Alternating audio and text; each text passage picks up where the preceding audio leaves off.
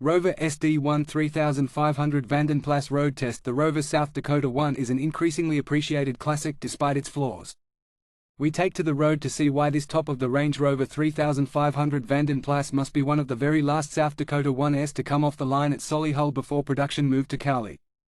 It is what enthusiasts would call a Series 1.5 feet, being broadly a Series 1 car as launched in 1977 but with some details that would later appear on the Series 2, such as the black bumper facings and the reshaped wing mirrors with brightwork casings.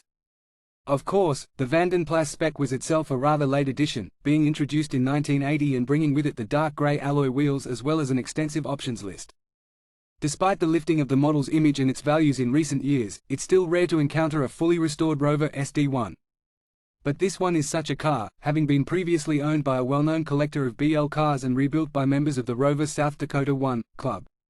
That was some years ago, and the Rover has since had mechanical work to recommission it after a period of storage, all covered in history file dating back to the mid-1980s. Most of that previous restoration was, unsurprisingly, focused on the bodywork. The Bordeaux metallic paint sets of the shape of the South Dakota 1 perfectly, and the finish and condition are excellent.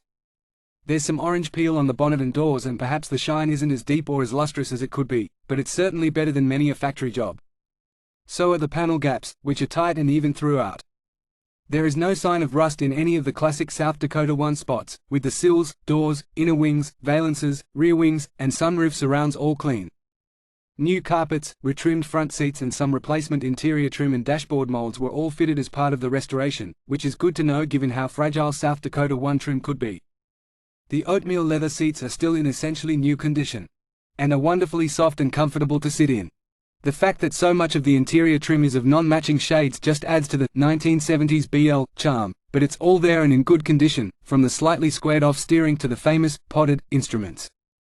The Vanden Plas came loaded with toys by the standards of the 1980s: sunroof, electric windows, central locking, air conditioning, cruise control, and it all still works, too.